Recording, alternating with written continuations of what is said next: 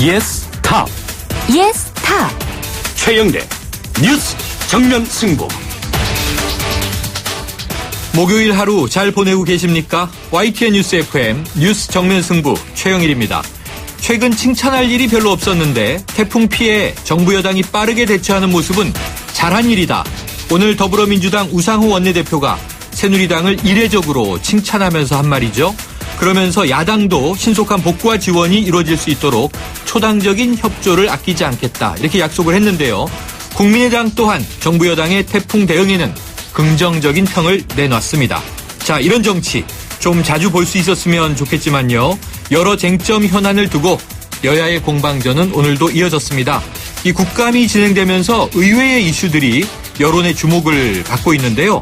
이 국방위 국감 현장에 때 아닌 진위 논란으로 벌어진 이 방송인 김제동 씨의 영창 발언 지금 화제가 되고 있죠. 이 백승주 의원은 군 이미지를 실추시켰다면서 진상을 밝혀야 한다 이런 입장입니다만 산적한 국방 현안을 제쳐두고 이런 이슈를 국감에서 꼭 다뤄야 했을까 이런 의문도 제기가 됩니다.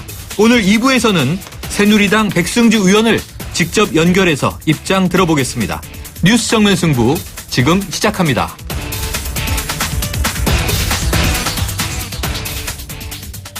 네, 먼저 오늘 하루 있었던 뉴스 정리해보겠습니다. 오늘의 시사뉴스 브리핑. 자, 이달 말이면요. 한국에 입국한 누적 탈북자가 3만 명에 이를 것으로 예상이 되는데요. 제3국에 체류하는 탈북자는 20만에서 30만 명으로 추산이 됩니다. 자, YTN 정치안보 전문기자인 김주환 박사와 함께 이 탈북자 실태에 대한 이야기 짚어봅니다. 안녕하십니까? 안녕하세요. 자, 최근 중국 베이징 주재 북한 대사관에 근무하던 이 보건성 소속 간부가 가족과 함께 탈북했어요. 이 엘리트층 탈북 증가세가 좀 두드러지는 느낌인데, 자, 이유는 뭡니까? 이 5, 60대 남자로 그 보건성의 간부인데 태용공사만큼 높지는 않지만은 네.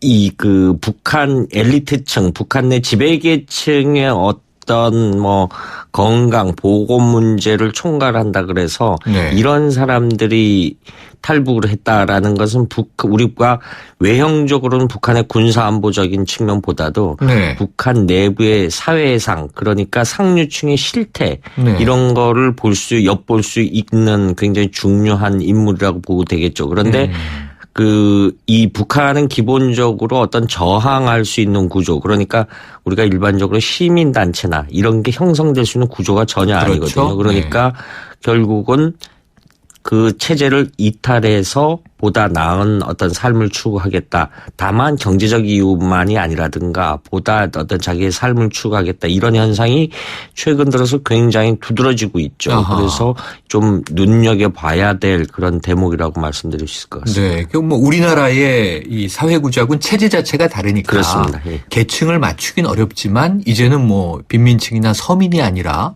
중산층, 지금 지배계층이라고 예. 말씀하셨잖아요. 엘리트층이라고 부르는데, 자, 영국의 태공사도 그랬고요. 네. 자, 이번에 보건성 소속 간부면 우리나라로 치면 이제 보건복지부 소속 공무원, 공직자 아니겠습니까? 예. 그런데 좀 특이한 면이 있죠. 네네. 북한은 평양 인구가 한 170만 명 정도 되고요. 네. 작년 기준으로 북한 전체 인구가 한 2,500명이 되는데 네. 평양에 아무나 같이 뭐 돈 있다고 우리처럼 주거 이전의 자유 있는 것이 아니기 때문에 평양에 거주하는 이 보건성 간부라는 것이 북한의 봉화진료소라고 어떤 최고 엘리트층만 다닐 수 있는 네네. 그런 병원의 어떤 의료 장비나 이런 걸 납품하는데 이 사람들이 북한 내부에 있는 게 아니라 평양에 따로 대사관 말고 종합대표비라는 거를 북중관계에 특수하게 설치해 놓고 있어요. 네네. 그러니까 김씨 일가라든가 아주 엘리트층이 필요한 생활장비라든가 네. 뭐 사치품 이런 것들을 별도로 이 평양으로 들여보내는 네네. 그런 역할을 하는 인물이죠. 네. 그런데 이 북한의 김일성, 김정일, 김정은으로 이어진 과거 김일성이가 생전에 복뒤에 혹이 있었지 않습니까? 그렇죠. 그걸 어떤 그 무병장수 차원에서 김일성, 김정일 만수무강연구소라고 있었습니다. 네네. 그러니까 우리로 말하면 생명공학이나 이런 전공한 아주 전문 학자들이 네. 거기 가서 연구를 합니다. 그래서 과거에 김일성화라는 새로운 신품종의 꽃도 있고요. 네. 김정일화라는 꽃도 있습니다. 따로. 아하. 이런 정도로 북한에서 굉장히 중요하는데 네. 김씨 일가에 아주 가깝게 모든 것을 알 수 있기 때문에 아무나 접근을 못하죠. 그런데 이런 인물이 탈북을 했다. 아직 국내에 체류 들어왔는지 아닌지 확인이 안 되고 있습니다만은 이 김정은의 건강 상태를 굉장히 내밀하게 들여다볼 수 있는 주 고급 정보를 전달해 줄 개연성이 굉장히 크죠. 앞서 제가 그 만수무강연구소라고 얘기를 했는데 네.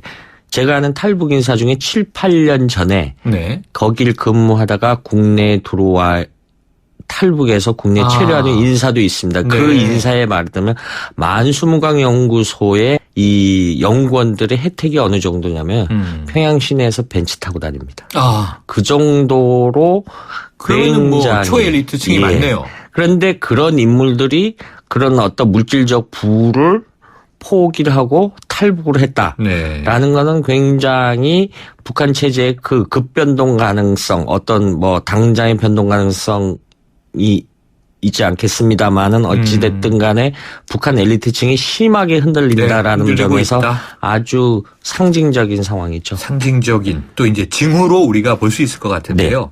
그러면은 지금 이 탈북한 북한 보건성 출신의 간부 좀 구체적인 인적 사항은 밝혀지지 않았죠? 일단은 뭐 취재를 해만 5, 60대, 50대 중반 정도 네. 인물인 것 같아요. 그런데 이 사람이 스트레스를 많이 받았을 개연성이 커요. 네. 왜냐하면은 북한 엘리트층도 우리도 아프면 병원에 가지 않습니까? 그렇죠. 근데 북한의 어떤 의료 체계가 우리만큼 그러는 게 아니라 과거 김정일이가 아팠을 때 프랑스 의사들이 평양에 들어가서 수술하거나 네네. 이런 적도 있었어요. 그렇죠. 그렇기 때문에 이 베이징에 거점을 두고 어떤 필요한 의료 장비라든가 하는데 사람 특히 북중 관계라는 것은 북한의 어떤 밀무역이 많기 때문에 이 엘리트층들이 뭐 필요한 언어약을 몰래 사달라든가 이런 데 대한 요구가 굉장히 많았고 직접적인 계기는 그런 거에 대한 압박이 굉장히 많았지 않겠느냐. 네. 그리고 이제 사실은 북한이 뇌물 구조가 무지무지하게 극심한 아하. 체제입니다. 네.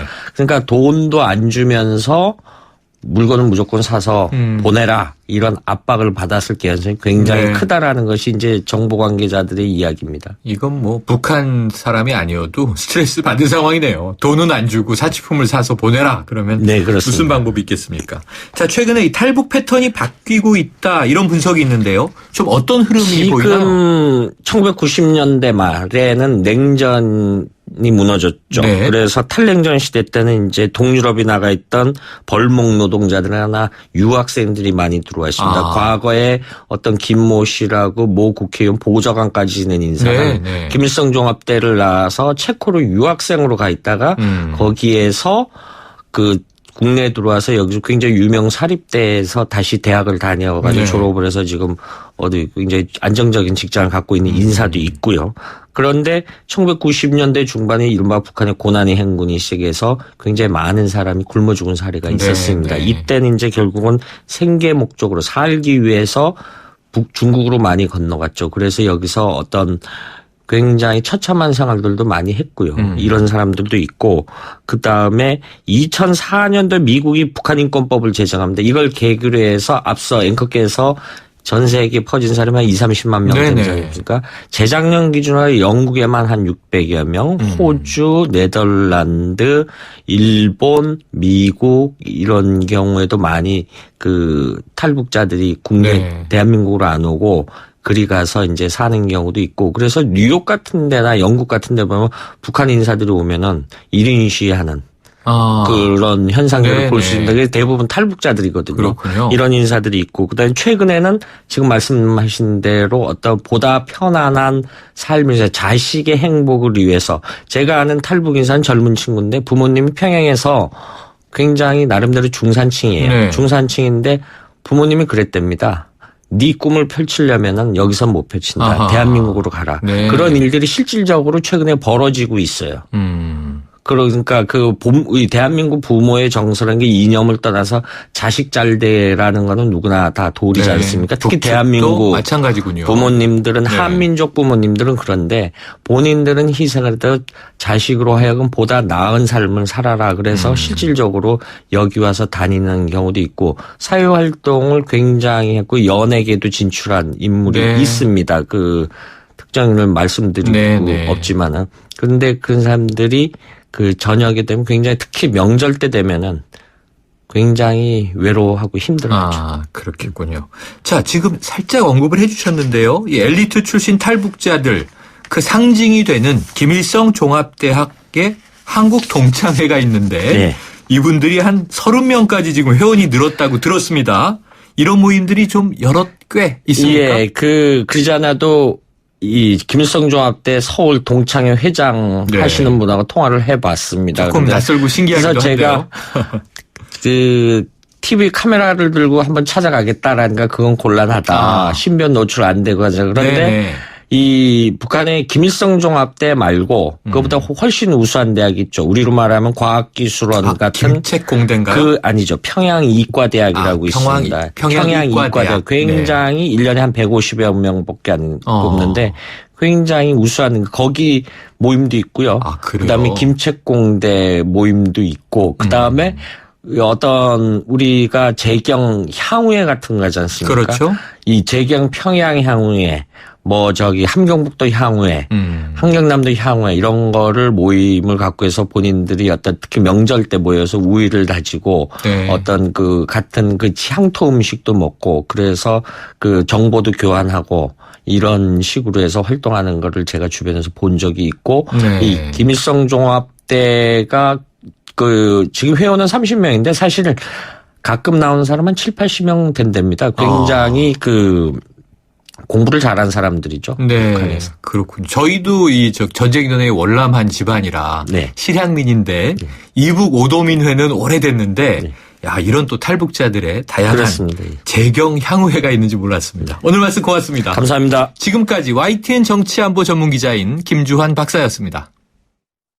크리네어 테크 집중기 주물 작업 연마 작업 페인트 작업 분진가스 냄새 연기 작업장 분진 이 세상에 못 없애는 분진이 어딨어 크리네어 테크 집중기가 다 잡아줍니다 크리네어 테크 집중기 임플란트 아플까?